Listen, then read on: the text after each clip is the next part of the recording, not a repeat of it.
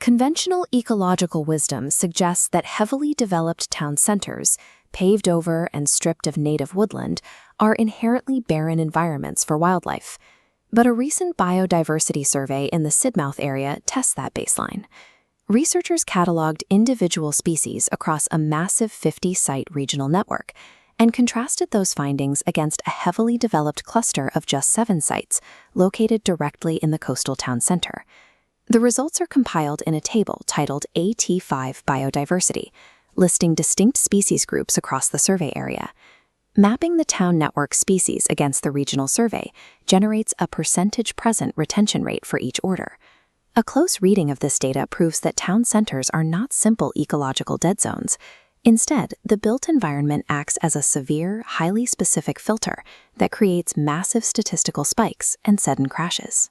3 distinct drivers cause these statistical anomalies: the presence of surrogate microhabitats, human horticultural introduction, and methodological sampling bias. We can see exactly how this urban filter functions by systematically deconstructing the data across 4 taxonomic classes: flora, cryptogams, arthropods, and tetrapods. Raw biodiversity numbers in urban surveys are meaningless unless cross-referenced with the exact physical architecture of the town and the specific methodologies of human observers. Directing our attention to the plant data, the angiosperms, or flowering plants, reveal unexpectedly high retention rates. 157 unique floral species thrive within the 7-site town center, representing a massive 46.3% of the entire regional total. The first physical driver for this spike is the town's specific coastal geography, sitting directly against sandstone cliffs and shingle beaches. This extreme coastal edge supports specially adapted extremophile plants that do not exist in the inland woodland sites, naturally inflating the town's unique species count. The second driver behind the angiosperm spike is entirely artificial: human horticultural introduction. Numerous non-native plants escape from private formal garden rockeries and readily colonize the surrounding civic infrastructure. As the table scrolls, the most statistically dominant group in the entire survey is the cryptogams. The specific anomalies here are stark. Bryophytes retain 59.4% of the regional totals, and pteridophytes retain 60%. These species typically require woodland cover, but they thrive in the town due to a structural concept known as masonry surrogates. The town provides specific urban microhabitats that act perfectly as artificial rocky outcrops. Old flint walls, stone tombstones, and shaded urban ravines offer the exact surface conditions these plants require. For highly adaptable plant classes, human architecture and coastal edges perfectly substitute necessary wild niches, driving up urban ecological retention. Shifting focus to the arthropod section reveals a stark contrast to the thriving plant classes. The network species count plummets to low single digits. Specific insect orders show total statistical collapse, Coleoptera at a mere 14.3% and Hemiptera recording exactly 0%. This presents an ecological paradox. An urban center boasting over 150 species of flowering plants should not sustain a near-zero population of bugs and beetles. The mechanism behind the crash is tied directly to the flora. The vast majority of the town's plant count consists of non-native, introduced ornamentals. Native arthropods have not co-evolved with these introduced species. Consequently, local insects cannot utilize non-native ornamental plants as food sources or breeding grounds. From a biological perspective, the town's highly manicured, formal gardens act as structurally hostile green deserts for invertebrates.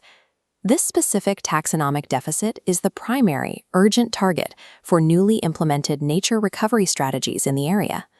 Urban planners must replace sterile ornamental species with native hosts to actively rebuild the lower trophic levels. Aesthetic urban greening completely fails ecosystem functionality if it ignores the codependent relationship between native flora and insect food webs. Moving to the final section of the survey data, we examine the tetrapods, specifically birds and mammals. Birds exhibit a highly successful retention rate at 67.8%, accounting for 38 out of the 56 regional species.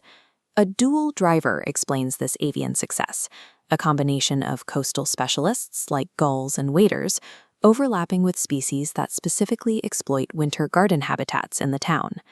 The mammal data, however, notes an anomalously high retention rate of 57.1%, logging 4 out of 7 total regional species. It defies logic that a heavily paved, hostile town center could support over half the region's mammal species when compared to vast rural woodlands. The true, unseen driver behind this specific urban statistic is methodological sampling bias. Biologically, the majority of the surveyed mammal species are strictly nocturnal. Logistically, human surveyors can easily spot and record nocturnal mammals in the accessible, artificially illuminated town center after dark. The critical data gap is that the remote rural sites were simply not visited during nighttime hours. This resulted in 0 comparative observations for those woodland locations, artificially inflating the town's relative importance. A high percentage in an ecological survey does not automatically equal a thriving habitat. It frequently exposes the logistical limitations and biases of human observation. Returning to the full survey table, we can categorize the entire dataset based on our environmental and methodological deductions. First are the microhabitat successes, groups like cryptogams and birds, where artificial architecture and coastal edges provide genuine, functioning niches. Next are the artificial inflation zones, tracking escaped angiosperms and mammals, driven by human introductions and nighttime sampling biases. Finally, we see the absolute habitat deficits. The arthropod crash indicates exactly where non-native urban planning has severed the food web.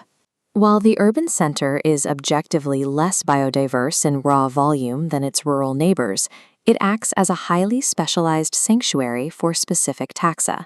There is a critical baseline within the raw numbers. With the exception of Hemiptera, every single surveyed order has at least one representative species present in the town cluster. The foundational genetic material is already present on site, waiting for positive management regimes to reconnect the broken ecological chains. By reading raw ecological data through lenses of urban architecture, horticulture, and survey methodology, an apparently bleak species list is transformed into a highly precise, actionable roadmap for urban conservation.